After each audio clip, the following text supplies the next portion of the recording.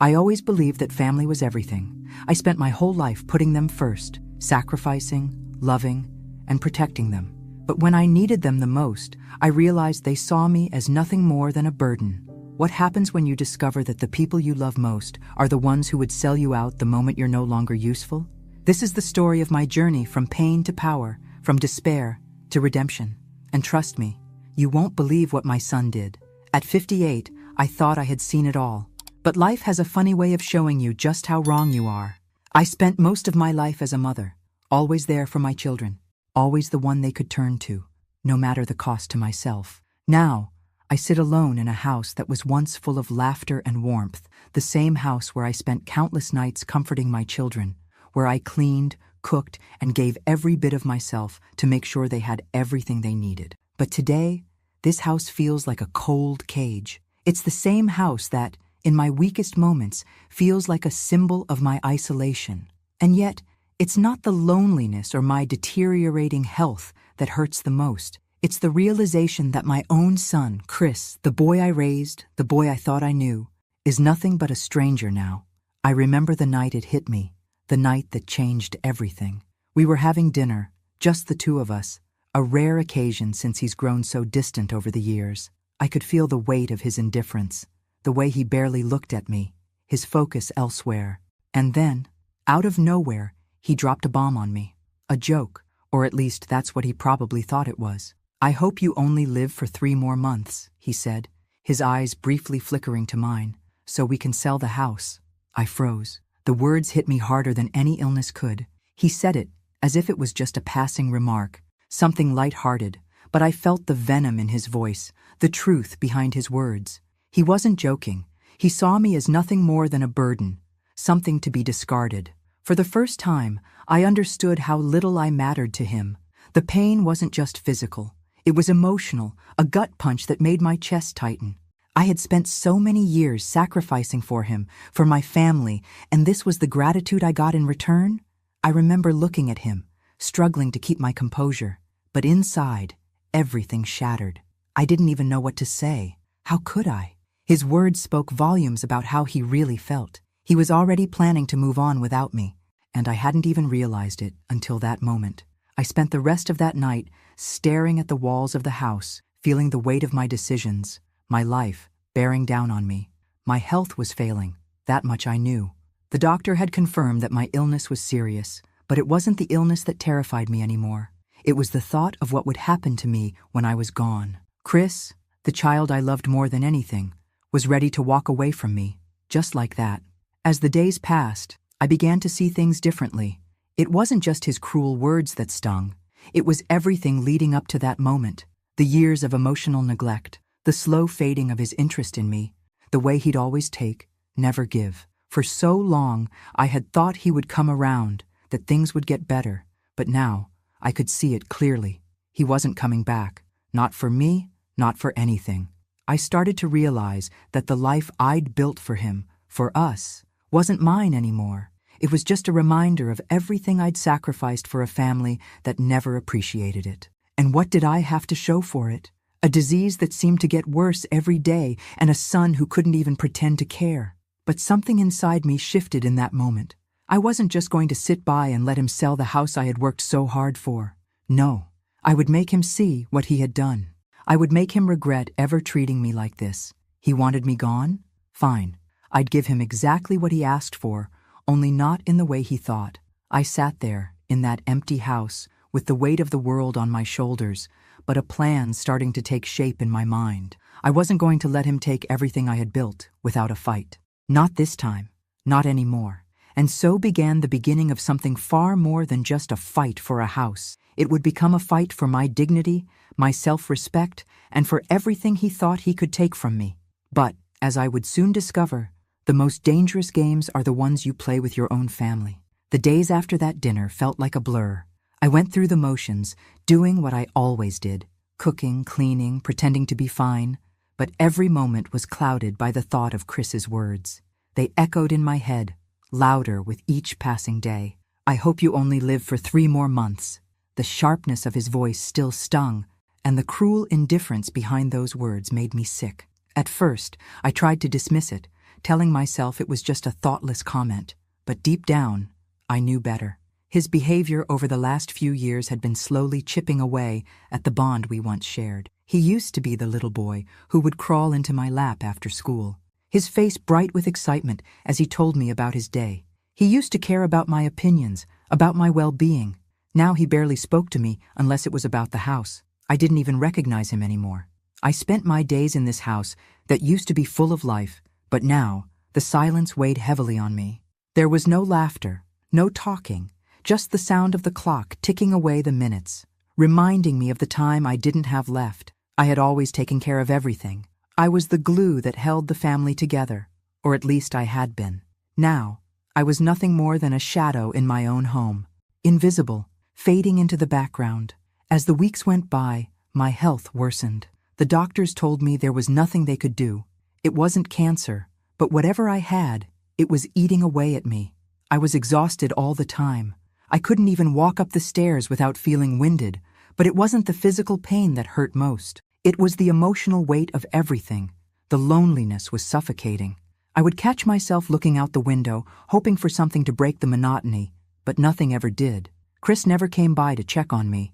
He wasn't interested in hearing about my doctor's appointments or how tired I felt. He didn't care about me at all. Instead, he was out there, somewhere, making plans. Plans that didn't involve me. Plans that involved selling the house, our house, the one I had raised him in, the one I had worked my fingers to the bone for. And there I was, stuck in it, feeling like I was already dead. I couldn't get the image out of my head. Chris, walking through this house with a buyer, discussing how much they could get for it, laughing about how easy it would be to sell once I was gone. I wondered how long he'd been planning this. Had he been thinking about selling it even before my illness? Or did my declining health just give him the excuse he needed? I could feel the walls closing in on me. The house that once felt like a sanctuary now felt like a prison. It was the place where I'd raised my children, but now it was just a reminder of everything I had given up and everything I had lost. I had always believed that family came first, that no matter what happened, we would always have each other. But now I could see clearly that the only thing Chris cared about was himself. He had made it obvious with his cruel joke, and now I knew he was just waiting for me to die so he could cash in on my passing. I felt sick to my stomach, but that's when something inside me snapped. No longer would I let myself be treated like this. No longer would I let him have what I had worked so hard for, not without a fight. I wasn't going to die in this house without making sure that Chris would feel the weight of his actions. I had spent my whole life giving everything for him, and now he wanted to sell the one thing that had always been mine, our home, our memories. He thought he could simply dispose of me, like I was nothing, but I wasn't nothing. I was Linda, his mother, and I wasn't going to let him get away with it. I had a plan now, a quiet, calculated plan. It wasn't going to be messy. I wasn't going to confront him directly, at least not yet, but I would make sure he understood that I wasn't going to roll over and die just because he thought it was convenient for him. I would take back control of my life, my home, and my dignity, and it would all start with one thing: patience. That night, I sat alone at the kitchen table, sipping a cup of tea as the weight of the past few weeks settled into my bones. I didn't know how much longer I had, weeks, months, maybe just days, but what I did know was this: I wasn't going to let Chris win. And so, I began to plan. The next few days were a haze of doctor's appointments and unanswered calls. The reality of my health situation began to sink in, but it wasn't just the illness itself that gnawed at me. It was the fact that, in my most vulnerable state, Chris was nowhere to be found. The doctors had given me the grim news.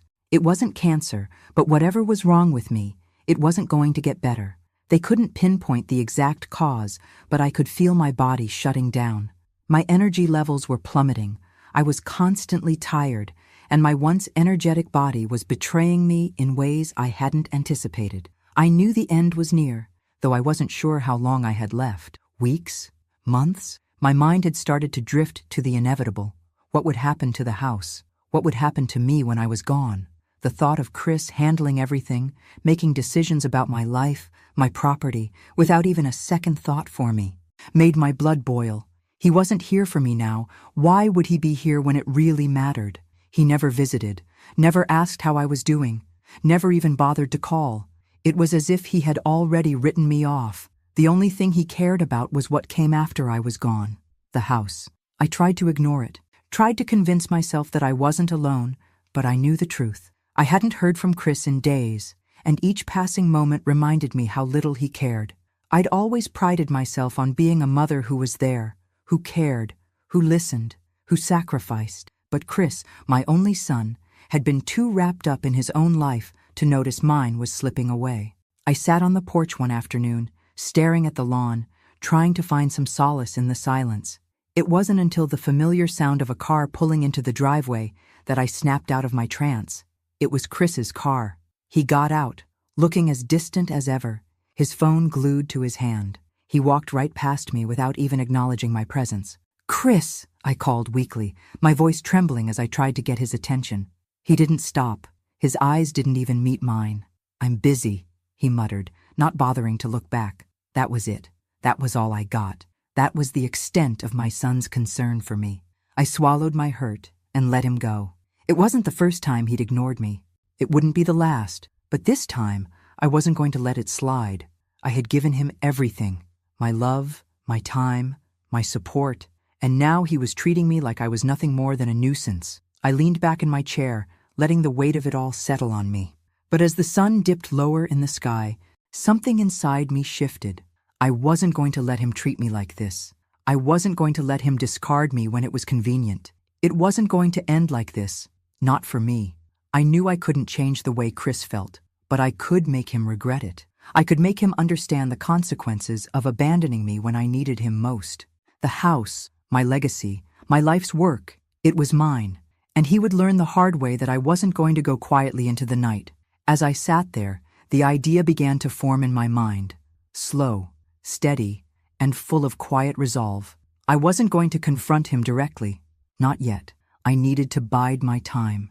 I needed to gather my strength and make sure every step I took was calculated. Chris thought he had the upper hand, but he didn't know what was coming. I wasn't just going to fight for the house. I was fighting for my dignity. I was fighting for my place in this world, and Chris was going to learn what happens when you underestimate your mother. The next few weeks were an exercise in patience, an almost unbearable waiting game. I made sure to keep up appearances, to let everyone, including Chris, believe I was weak, that I was losing my grip on reality, that I had no fight left in me. It wasn't hard. I had years of practice at being the quiet, supportive mother who never asked for anything. But behind the facade, I was gathering everything I needed.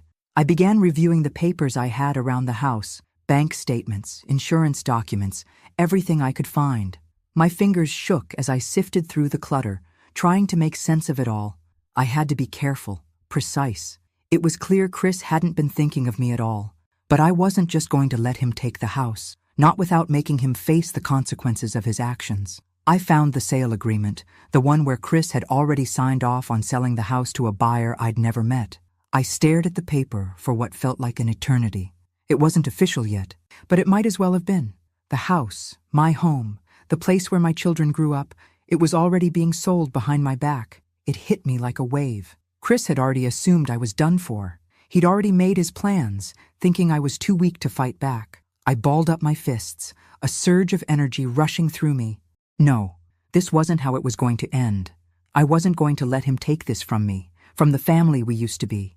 I wasn't done yet. It was time to take control, and I would make sure that Chris would never forget the cost of his indifference. I knew that I had to do something. I couldn't just sit back and let Chris win. But what could I do? I had nothing but time, and that, in itself, felt like both a blessing and a curse. It was during one of my restless nights, after everyone had left and the house was quiet, that I decided to go through the old papers and files in my study. There were years of receipts, old bills, and documents from the past. I told myself I was organizing, but deep down, I was searching for something, a way to take back control. My hands trembled slightly as I went through a pile of old papers, the soft rustle of the pages almost comforting in the stillness of the house. I flipped through legal documents, my will, my late husband's life insurance, medical records, old letters, when one piece of paper caught my eye.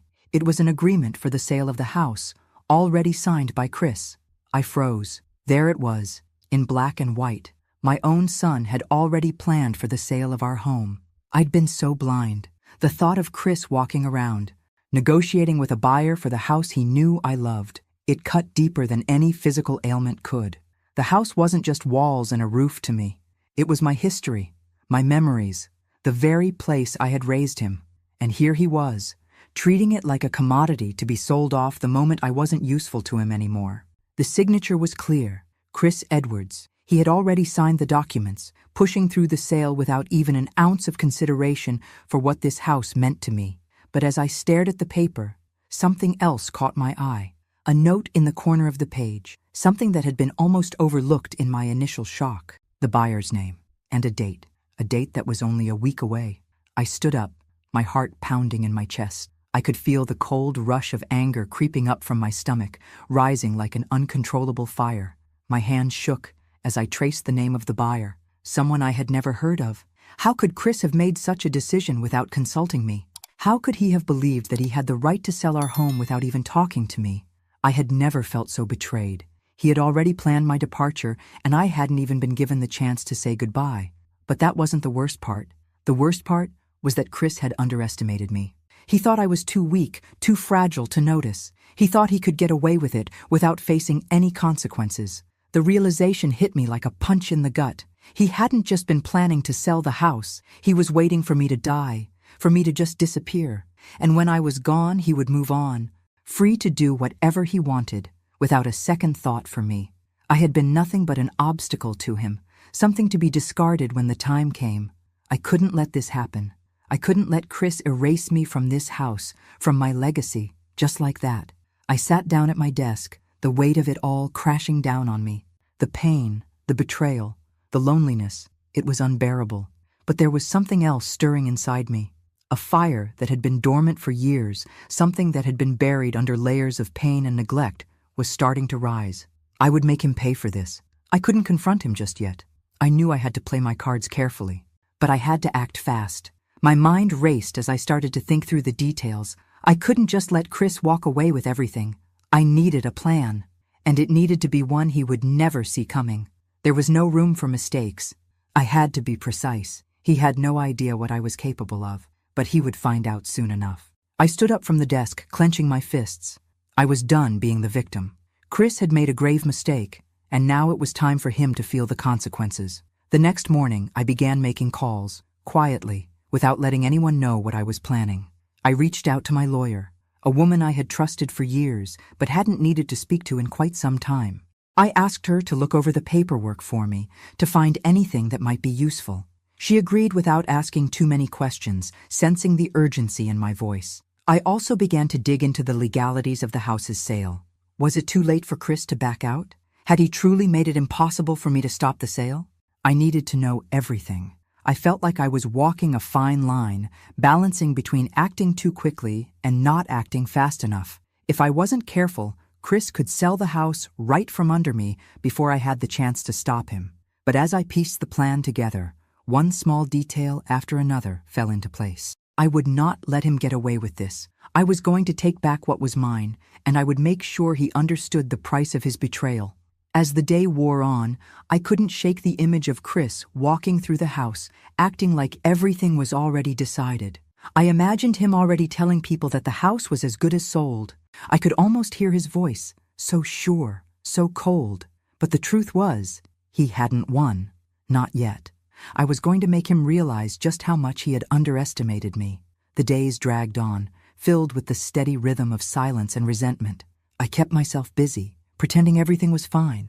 I didn't want to show Chris any signs of weakness. I didn't want him to see that the discovery of his betrayal had shaken me, not just physically, but deep in my bones. What had happened to my son? The boy I'd raised, the child I'd loved unconditionally, was now a stranger to me. His actions made me question everything I thought I knew about our relationship, about what it meant to be a family. But what hurt more than anything wasn't just the sale of the house. It was the complete lack of regard he had for me as a person.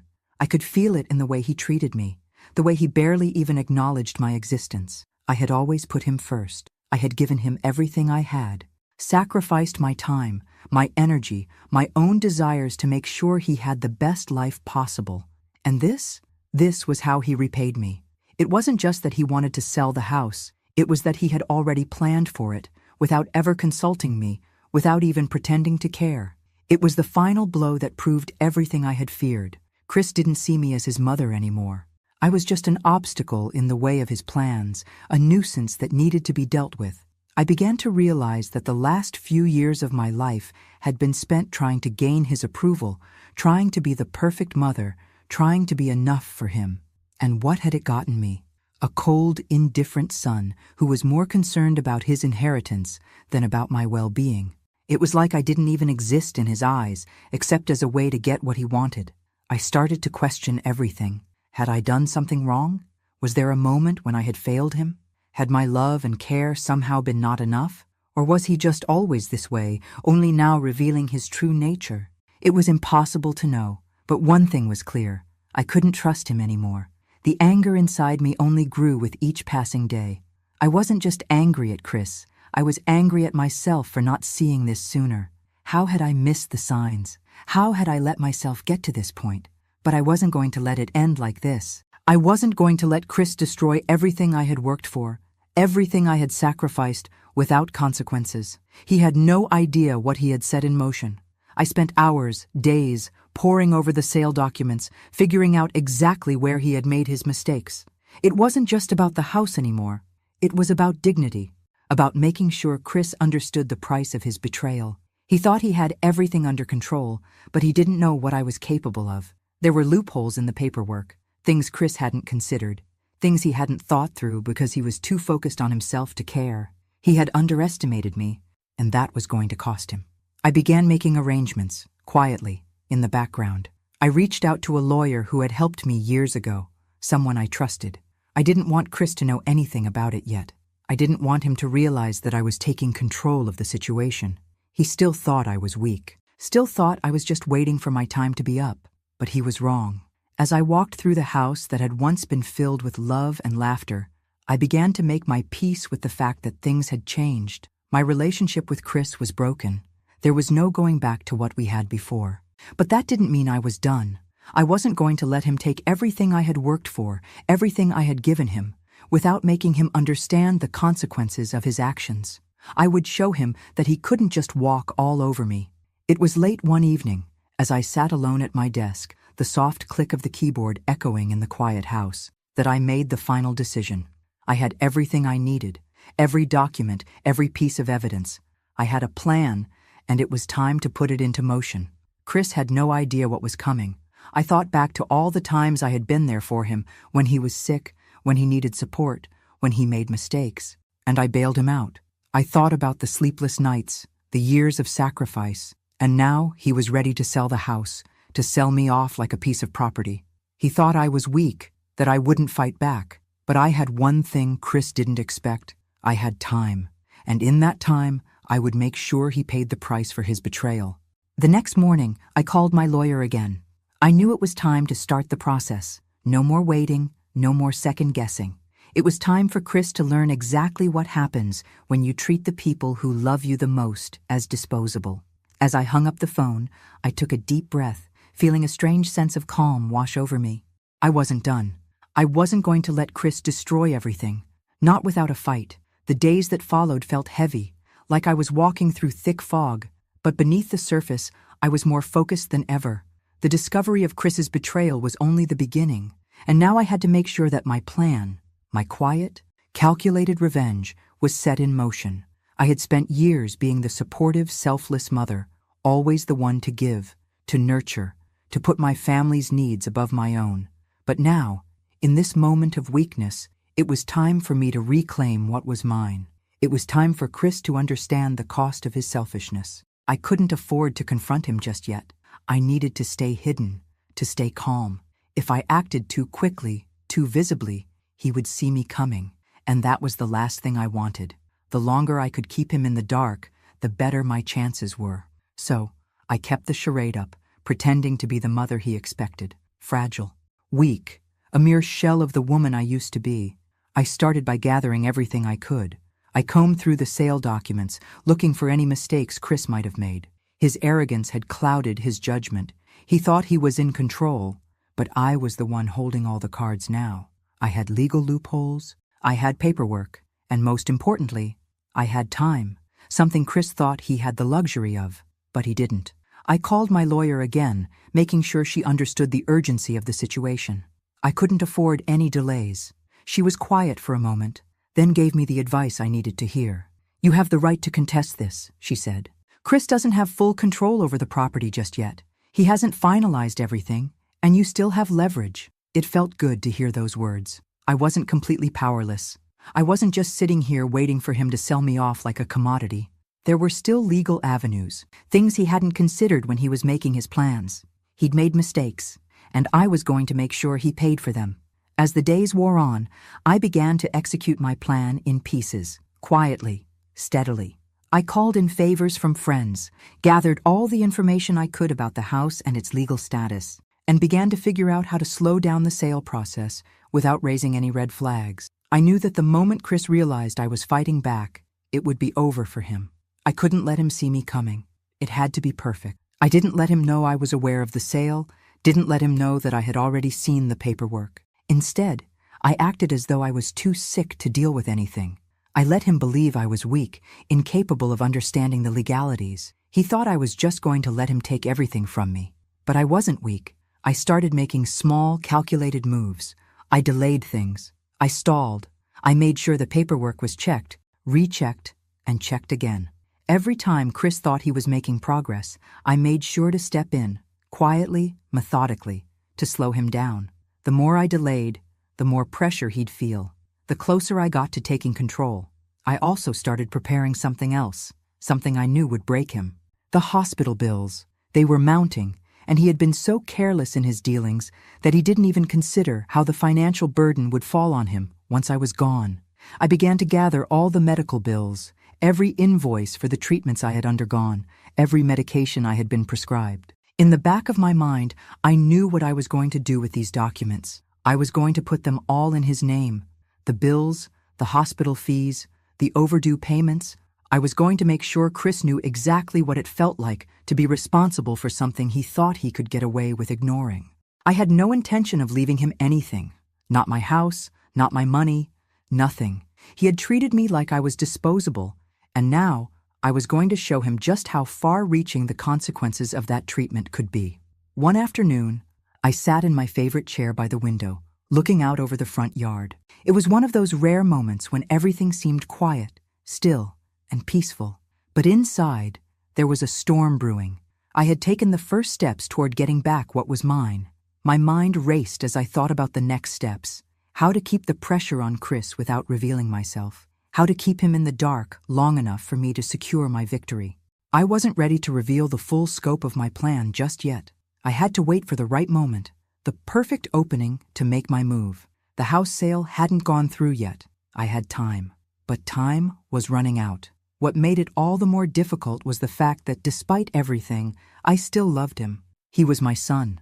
I had raised him, given everything I had to make sure he had a good life, and yet he had betrayed me in the most cruel way. He had turned his back on me when I needed him the most, but the betrayal had created something in me that I didn't recognize, an unrelenting desire for justice, for payback. I wasn't going to be the passive, invisible mother anymore. I wasn't going to let him get away with taking everything I had worked for. The days continued to pass, and as they did, I made more progress. I began to put my plan into action in ways that Chris wouldn't expect. Every time he tried to push forward, I pushed back, just enough to keep him off balance. I wasn't going to let him win. Not this time. I would make sure that he would understand what it meant to treat me like I was disposable. I would make sure he understood that the price of his betrayal would be higher than he ever imagined. And when the time was right, I would reveal my cards. Chris had no idea what was coming. He thought he was in control. He thought he could take everything without consequences. But I wasn't going to let him. Chris was getting bolder by the day. Every time I saw him, he seemed more confident, more assured that the house was his to sell, that he had already won. He thought I was weak, that I couldn't fight back, that I would just let him walk away with everything when the time came. He didn't know what I had been doing behind the scenes. I could almost hear the smugness in his voice, see the glint of satisfaction in his eyes whenever he spoke about finalizing the sale. He thought he had all the power, but I wasn't done yet. I spent hours each day in the house, moving through the motions, my mind always working on the next step. Every conversation with Chris felt like a game now. I would smile, nod, pretend I was too frail to understand what he was saying. The more I acted as though I didn't care, the more he let his guard down. He didn't suspect a thing. I was patient, waiting for the right moment to make my next move. It wasn't just about stalling anymore. It was about setting the stage for his downfall. I couldn't rush this. I had to make sure everything was in place, that when I finally struck, Chris would be completely blindsided. I had been working on the legal side of things, gathering the necessary documents, contacting professionals who could help me. I was creating a plan that was foolproof, one that would not only stop the sale, but would also make sure Chris bore the weight of his own actions. He was going to be the one to pay for everything, literally. I started making subtle changes. When Chris came over, I would ask him questions about the house, about the sale, questions that made him pause, think. I wanted to keep him off balance, make him second-guess his own decisions, but most importantly, I needed him to believe that I was still incapable of fully understanding the situation. I needed him to keep thinking that I was too sick to stop him, and while he thought he had time to finalize everything, I was working swiftly in the background. I began putting together a detailed paper trail, one that would force Chris to confront the consequences of his actions. I wasn't just going to fight for the house anymore. I was going to take everything from him. There were several steps I had to take before I could pull the rug out from under him. First, I needed to make sure the legal aspects of the sale were delayed. I had to find a way to ensure that Chris couldn't finalize anything without running into complications. I reached out to my lawyer again, and we began to find ways to tie up the paperwork. The sale wasn't finalized, not yet, and I was going to make sure it stayed that way. At the same time, I began to prepare the final blow, putting the hospital bills in Chris's name. This was the moment that would bring everything together. The house, the bills, the consequences of his actions. He had underestimated me for far too long, but now I was going to make him understand what it meant to treat me like I was invisible. I started the process of transferring everything into his name, small debts at first, just enough to draw attention.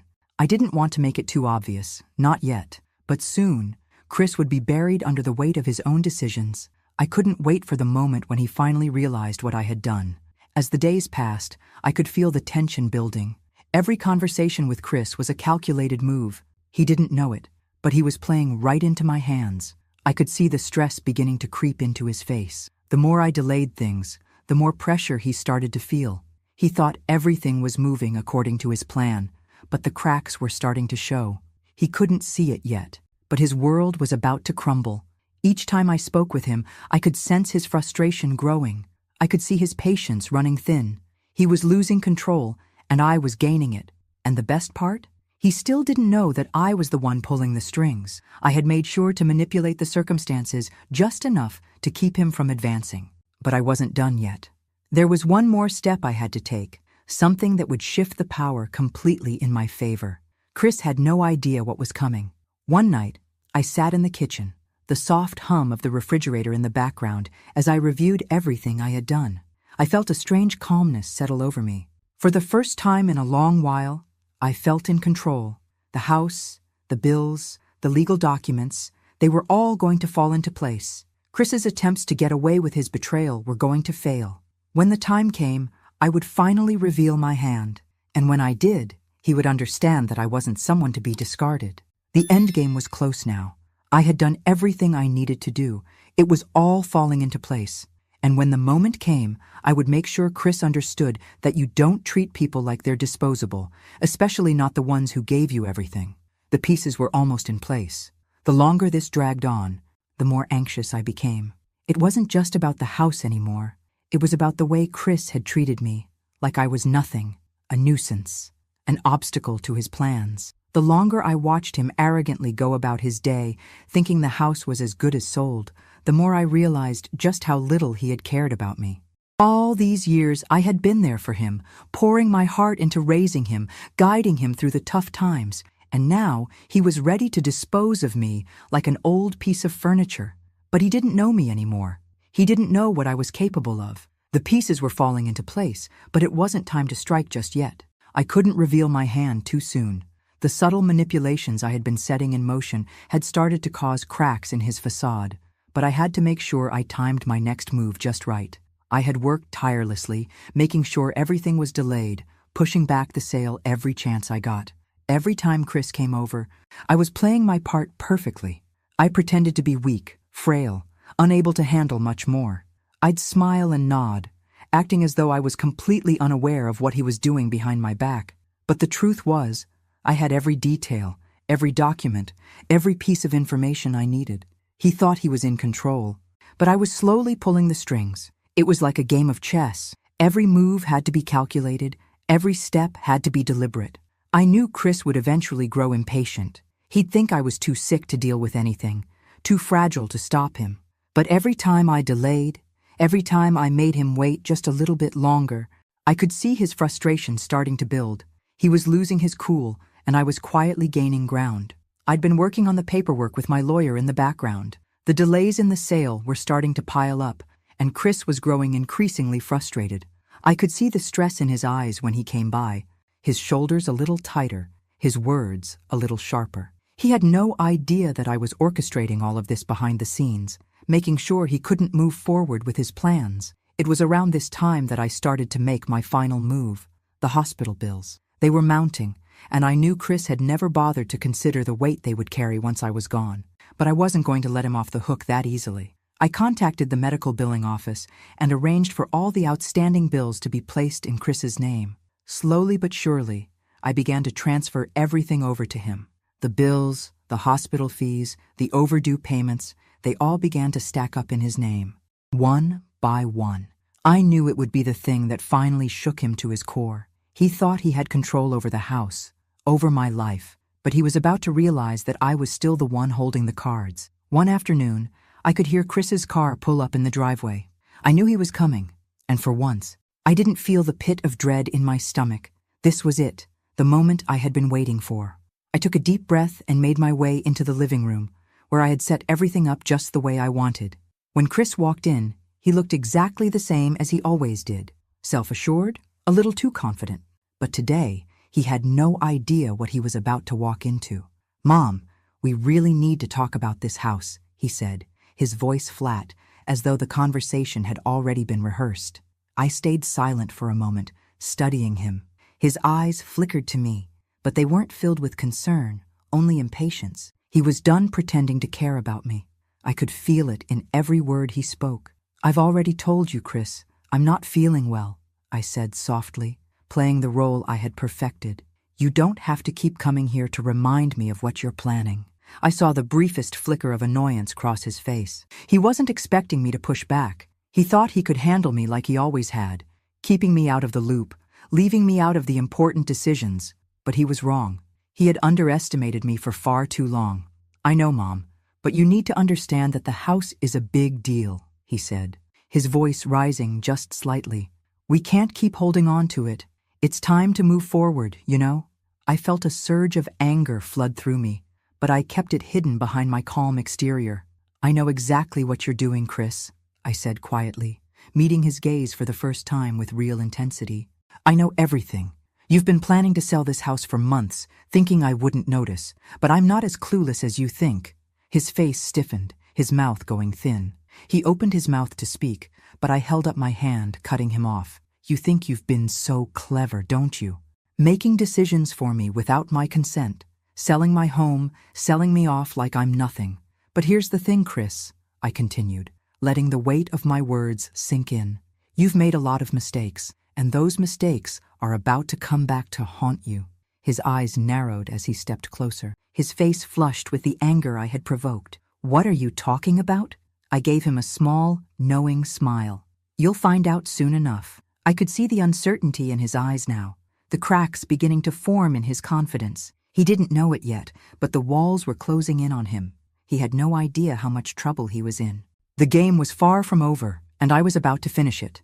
I would make sure that Chris would feel the full weight of his betrayal, and when I was done, he would never again think he could take advantage of me. He would learn the hard way that there were consequences to every action. The tension in the room was palpable, but I remained calm, knowing that the final move was close. Chris still had no idea what was coming. He thought he had all the control, but in reality, I had already won. Now, It was only a matter of time before everything unraveled for him. I could feel it in the air. The change was coming. There was a crackling tension between us now, something I hadn't felt in years. For the first time, Chris seemed uncertain, unsure of himself. It was like he could sense the shift in power, but couldn't figure out what was happening. He was still trying to act as though everything was under control, but I could see the cracks in his facade, and it was only a matter of time before it all came crashing down on him. That night, after Chris left, I sat in the quiet of my house, the house that he thought he was going to sell out from under me. I smiled to myself. He had no idea what was coming. He had no idea that I had already made sure his name was tied to every hospital bill, every overdue payment I had incurred. He was about to learn the consequences of his indifference. The next morning, I woke up early, my mind racing with the steps I still needed to take to ensure Chris felt the weight of what he'd done. He still didn't know about the bills, about the responsibility I'd placed squarely on his shoulders. I'd been careful to avoid any direct confrontation. I didn't want to give him the chance to backpedal. No, he would have to face everything head-on, just like I had to face his betrayal. As the day passed, I continued my quiet work. I could hear Chris moving around the house, making phone calls, finalizing paperwork. But today, he was distracted, agitated, and that was exactly what I needed. He was so focused on the sale that he couldn't even see how close he was to losing everything he thought he had. I knew it wouldn't take long for him to realize what was happening. His sense of control, the feeling that everything was going according to his plan, would soon vanish. The longer he pushed forward with the sale, the worse things would get for him. He was already drowning in debt, and the medical bills I had shifted into his name were about to make that debt even harder to ignore. It was late in the afternoon when I got the call from my lawyer. I could feel my pulse quicken as I picked up the phone. This was it. The final part of my plan was coming together. "Linda, we've got everything in place," my lawyer said. "I've filed the injunction to halt the sale. The house is officially in a holding pattern. Chris can't do anything further until the court resolves this. And based on the paperwork you sent, I've also filed for a lien on his personal assets for the outstanding debts." I sat back in my chair, the weight of it all settling in. Chris thought he had me figured out, that I would fade away, that I would let him sell everything and walk away. But now, his life was about to be turned upside down. He was going to lose the house, and those medical bills would follow him. No amount of manipulation would get him out of this. The next few days were a blur of legal documents and meetings, each step moving me closer to the final confrontation. I didn't hear from Chris directly, and I wasn't surprised. The realization must have hit him like a ton of bricks. He had no idea what to do next. When he finally came to the house, I could see the stress written all over his face. His usual swagger was gone, replaced by a visible unease. I knew then that he had figured it out.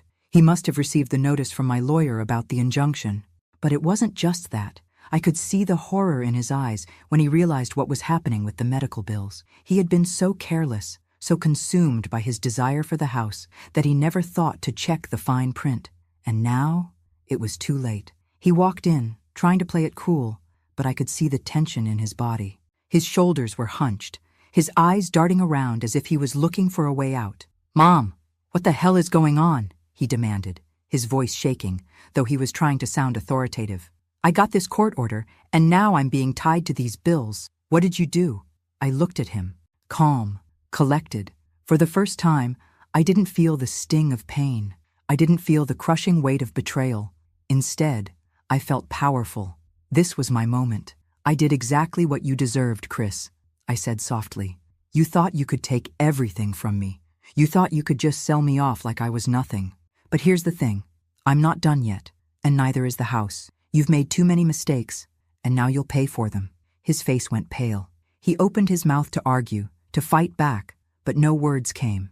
Instead, his eyes flickered to the papers in his hand, the injunction, the notice about the bills, and he seemed to deflate, like all the air had been sucked out of him. "Mom," he began again, his voice trembling now. "This is insane. I didn't know. How was I supposed to know all this would happen?" I shook my head, looking at him with pity.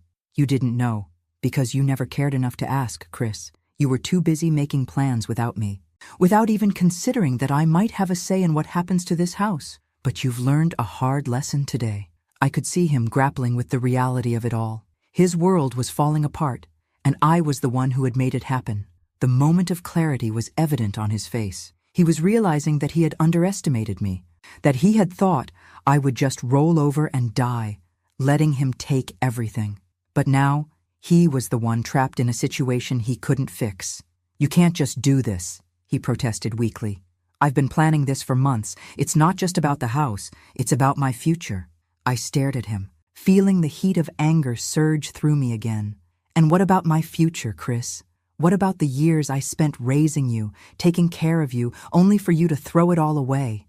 You never even asked what I wanted. You thought you could just walk all over me.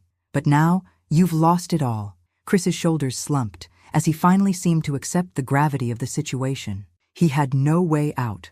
All the power he thought he had was gone, and it was never coming back. I wasn't just reclaiming the house. I was reclaiming my dignity, my self-respect. I was showing him and myself that I wasn't the invisible, dispensable mother he had thought I was. The battle wasn't over yet. There was still a court date ahead, still a future to be determined. But for now, in this moment, I had won, and it felt damn good. The dust hadn't fully settled yet, but I could feel the weight of everything changing in my favor. It wasn't just about the house anymore.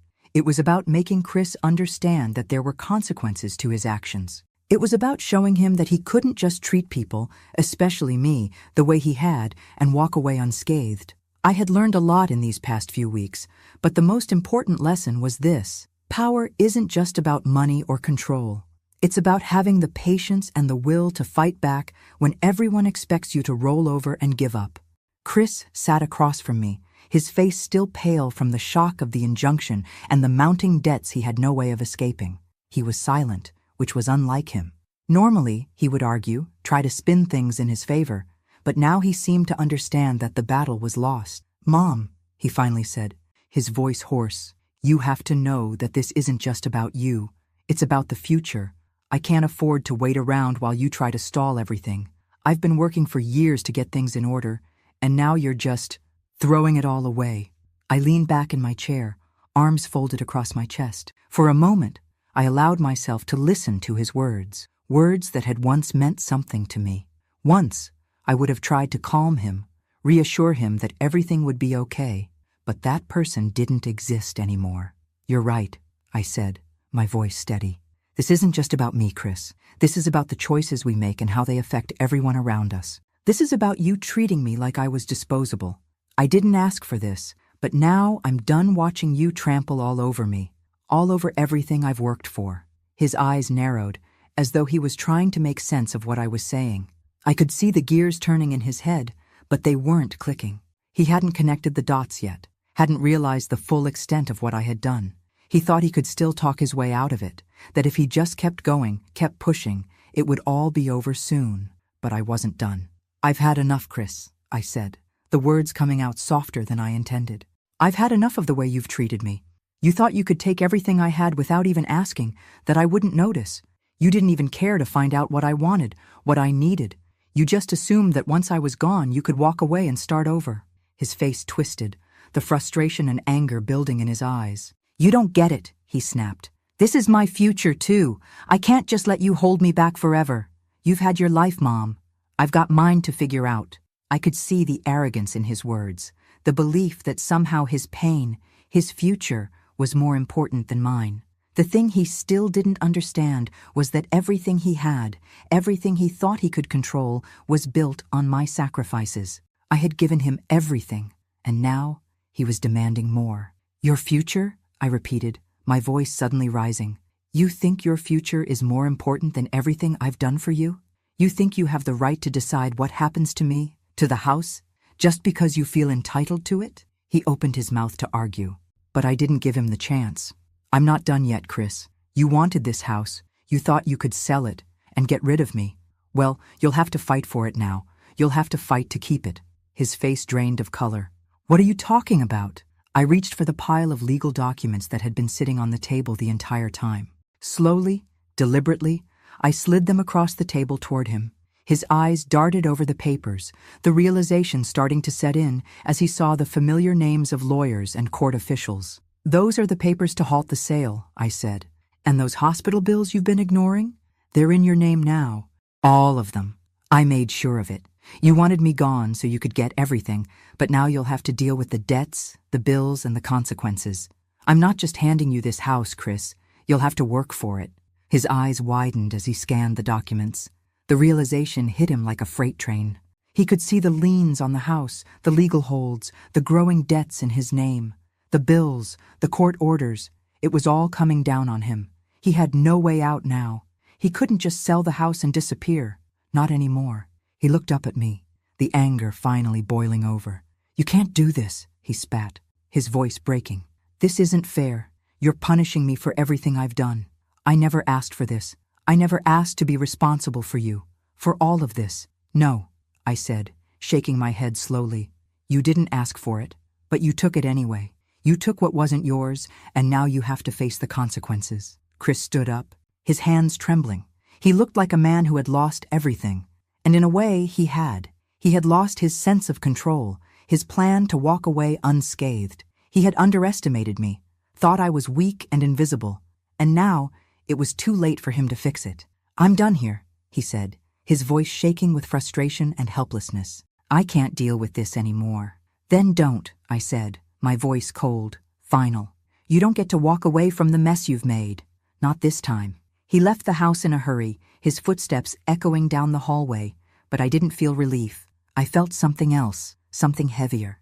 The weight of what I had just done settled in, but I wasn't sorry. Not anymore. I had done what I needed to do. I had made him face the truth. He had tried to tear me down, to erase me from his life, but I wasn't gone. And now he would carry the weight of his actions. He would remember this. He would remember what happens when you treat the ones who love you like they don't matter. The game was over, and I had won. It had been days since Chris had stormed out of the house, and I could feel the tension hanging in the air.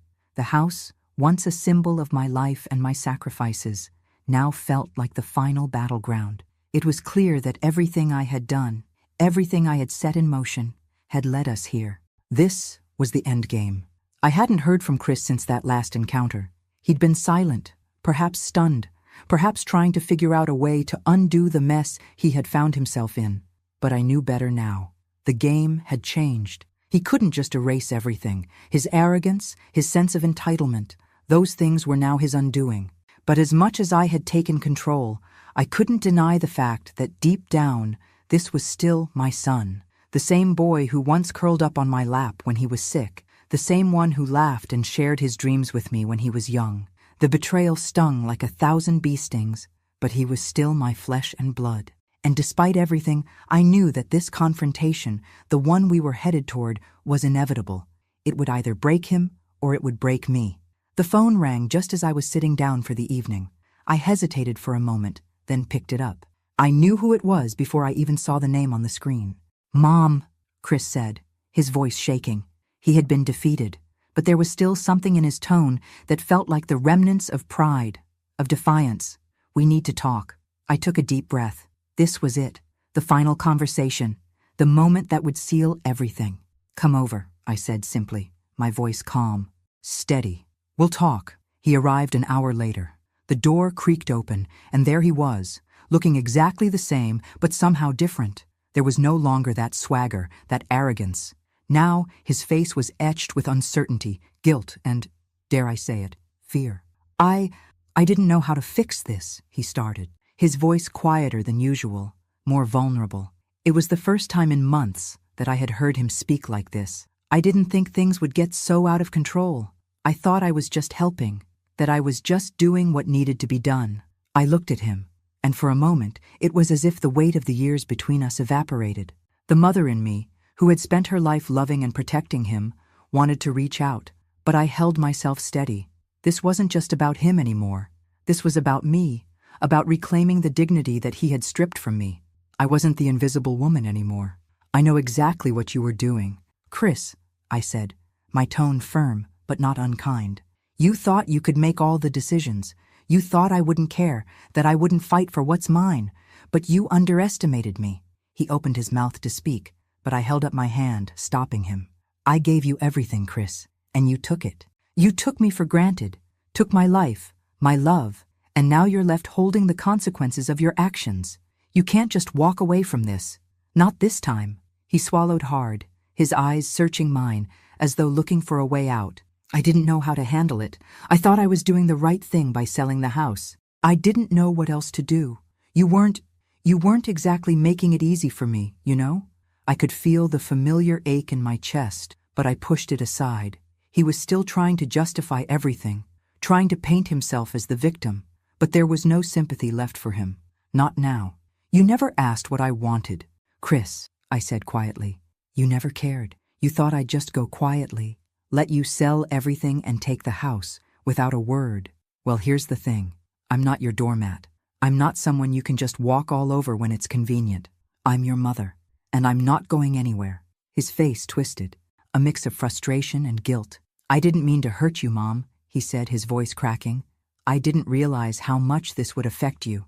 You don't get it, I said, the pain suddenly rising in my chest. It's not about the house, Chris. It's about how you treated me. You thought I was nothing. You thought you could get away with everything. You didn't see me as your mother anymore, did you? You saw me as a liability, something to get rid of. The silence between us stretched, and I saw the realization dawn on his face. He had been so focused on himself, on his own needs, that he hadn't stopped to think about the woman who had given him everything. The woman who had fought for him, who had sacrificed so much for him to have a better life. I could see the guilt building, the weight of his actions finally sinking in. The Chris I had once known, the boy who was compassionate, who cared for others, was still inside him, maybe buried under layers of ambition, of entitlement, but it was there. I don't know how to fix this, he muttered, his eyes now downcast. What do you want me to do? How do I make this right?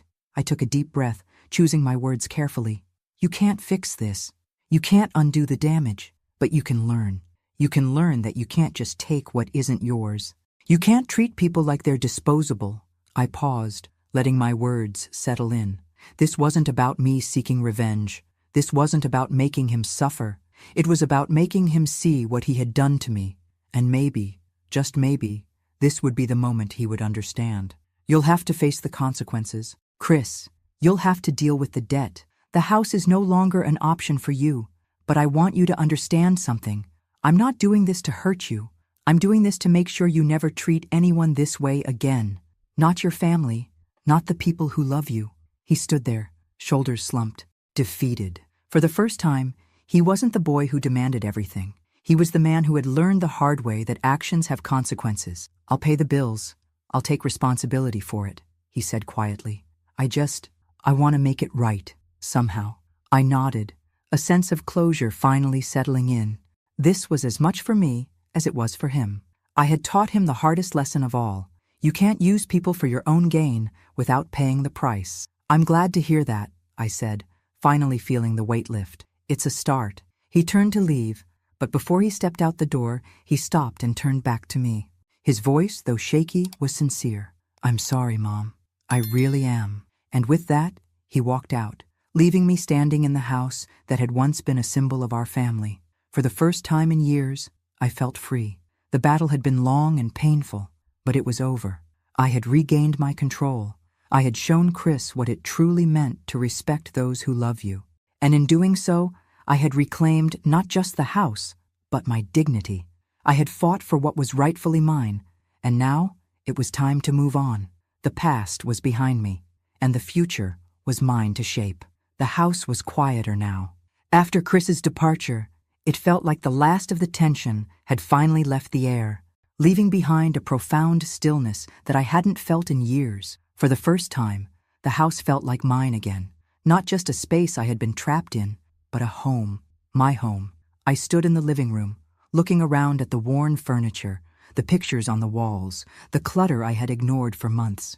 It all seemed different now, not in a bad way, but in a way that felt like I was stepping into a new chapter of my life, a chapter where I was no longer invisible, where I wasn't just the person everyone leaned on, but the one who had learned to stand tall on her own, despite the years of sacrifice. I'd done it.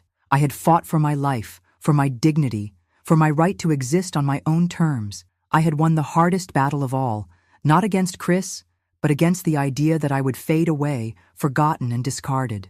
And when I looked at the house now, I didn't just see the years of love and labor I had poured into it. I saw the strength I had found in myself, The phone rang again, pulling me out of my reverie.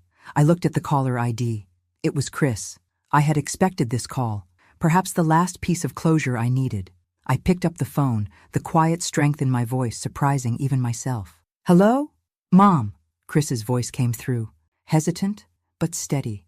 "I just wanted to let you know I'm taking care of the bills. I'm setting up a payment plan. I didn't realize how much I hurt you, and I know it doesn't fix everything, but I'm trying to make things right." His words felt like an olive branch, not one I had expected, but one I knew he had to offer. I didn't respond right away. I just let the words hang in the air for a moment, considering them carefully. I'd spent so many years putting everyone else's needs above my own. I had spent so long trying to make Chris proud, trying to earn his affection and respect, but I had learned a hard truth. I could never truly be proud of myself if I didn't start respecting my own boundaries. This wasn't about fixing everything.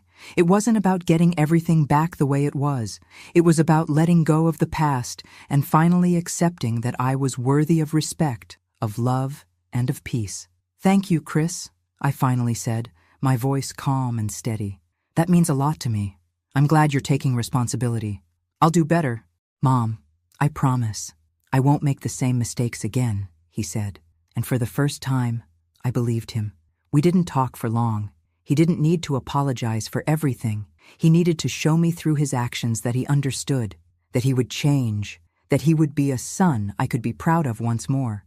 After I hung up, I sat there in the silence, letting everything sink in. This was the end, the final chapter of a story that had twisted and turned in ways I couldn't have imagined when it first began. But it was also the beginning of something new, a life where I didn't have to prove anything to anyone, a life where I could finally live for me. The next few weeks were full of small adjustments, things that slowly began to heal the wounds I had carried for so long. I took my time sorting through the house, getting rid of the things that no longer served me, both physical items and emotional baggage. It was cathartic, almost like shedding a skin I had outgrown. And for the first time in years, I felt lighter. I spent more time on the things I loved, painting, reading, gardening. And for the first time in a long while, I didn't feel guilty about it. I had given enough. It was time to give to myself. Chris and I had a few more conversations, and with each one, I saw more of the son I had raised. He was still learning, still figuring out how to make amends, but I knew that things were changing. Slowly but surely, we were rebuilding what had been broken. Not everything could be fixed, but I didn't need it to be. The most important thing I had learned was that redemption didn't always look the way you expected. Sometimes it was quieter, more subtle, and it had to come from within. As I sat in my favorite chair by the window, looking out at the garden I'd spent the afternoon tending, I realized something profound. I had been through hell, betrayed, ignored, disrespected, but I had come out the other side stronger, more resilient. My life, though far from perfect, was mine to shape. The house was still here. And more importantly, so was I. The years of living in someone else's shadow were over. I had faced my greatest fears, losing everything, being forgotten, and I had come through stronger than before. The house was no longer a symbol of loss. It was a symbol of my strength, my survival, my redemption. And as I looked out at the sunset, I felt an overwhelming sense of peace wash over me. It was finally my time. Thanks for listening. Don't forget to subscribe and feel free to share your story in the comments. Your voice matters.